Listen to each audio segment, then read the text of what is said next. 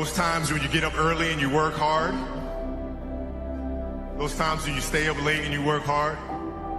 Those times when you don't feel like working, you're too tired, you don't want to push yourself, but you do it anyway. That is actually the dream. That's the dream. It's not the destination, it's the journey.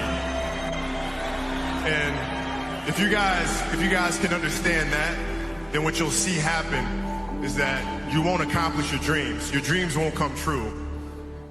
Something greater will. It's an amazing thing about passion. If you love something, if you have a strong passion for something, you would go to the extreme to try to understand or try to get it. Whatever you have a love for, if you have to walk, you would go get it. If you have to beg someone, you would go get it. I don't think you guys understand how present you guys were with me. You know, you guys were there with me at 5:30 in the morning when I was running the track and I was midway through my workout. And I didn't know if I could make it through. And I thought about the expectations you guys had for me and you had for our team. And it pushed me through. It got me through those 800s and 400s and 100s at 5:30 in the morning. So I thank you. We're not on this stage just because of talent or ability. We're up here because of 4 a.m. We're up here because of 2-a-days or 5-a-days. We're up here because we had a dream and let nothing stand in our way. If anything tried to bring us down, we used it to make us strong. We were never satisfied, never finished, we'll never be retired. My high school English teacher, Mr. Fisk, he had this beautiful quote, and it read, "Rest at the end, not in the middle." And I took that to heart. I believe there's time for resting at the end, but for me, that time is not now. Thank you for this tremendous honor in acknowledging my basketball career, but I'm far from done. My next dream is to be honored one day for inspiring the next generation of athletes to have a dream, sacrifice for it, and never ever rest in the middle. Rest at the end, not in the middle. Be yourself. That's it. Be you. Be you. There's no gimmick. You don't have to contrive anything. Who are you? Where are you today? What is your story? Where does that come from? And if you guys can understand that, then I'm doing my job as a father. Thank you guys so much. I love you. Mamba out.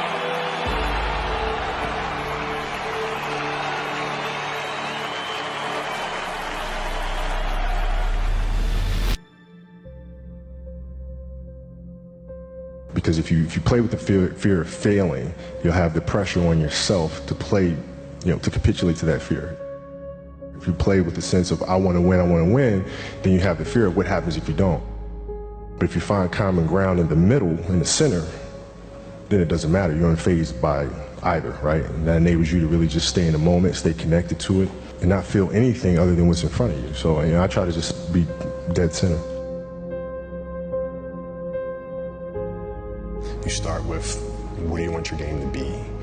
What would make your game most unstoppable or hard to deal with? And now you work backwards from there. And you start building it one piece at a time, one move at a time, one counter at a time. Who would Shaq be if he had your work ethic? He'd be the greatest of all time.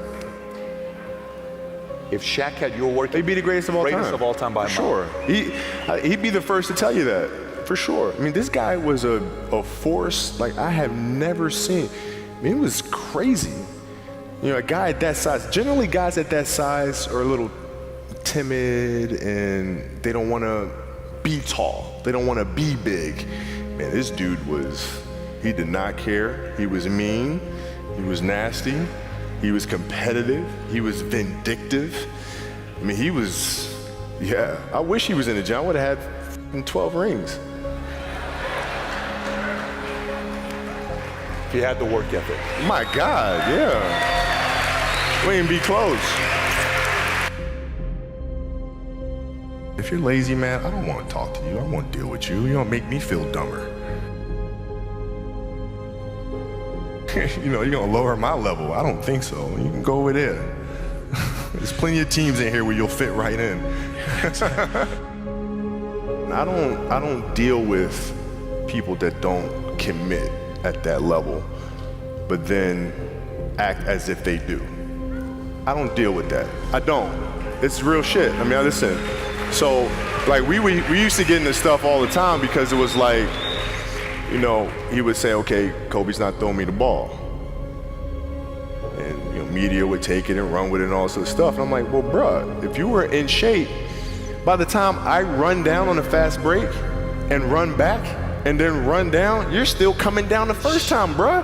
Like, what the hell do you want me to do? Right? So a lot of our contention came from that. And even though he was older, you were still confronting him. You didn't care. Oh, I didn't care, man. From listen, day one, bro. From day one. I knew for sure Rick Fox, my teammates, they all thought I was absolutely crazy the day me and Shaq got in a fist fight. After that day, they were like, okay, Kobe, you're certifiable. Fist fight. Oh, yeah. Fist fight. Oh, I'm not backing down. Listen, either you're going to whoop my ass or we're going to have a night. But, you know, ain't no way.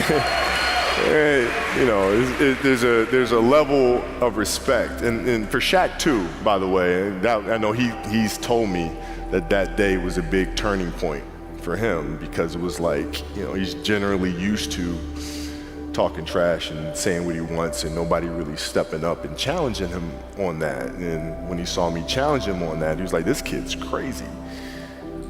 All right, I can win with that, you know? And so that was kind of the beginning of our relationship, I think. That's probably never happened to him. That's probably not something that's common to him. No, I mean, he's also 7 feet tall since he was 3 years old or something, right? There was all. This is all coming back to me right now. There's also a game in Phoenix, my first year we were playing, and he kept posting up, but they kept fouling him, so he kept going to the free throw line and kept missing them. And so he'd throw the ball out to me. I'm not throwing that back in there, right? So I kept shooting him, right? So we get in the timeout, and he's like, hey, I'm open. I'm like, okay. And so we go out, same thing, hey, I'm open. Okay. There you go.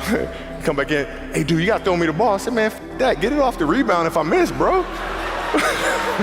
You told him this. First year. 18 years old, man. 18 years old. And I must have been out of my damn mind. The story continues. So if you fail on Monday, the only way it's a failure on Monday is if you decide to not progress from that, right? So to me, that's why failure is not existent.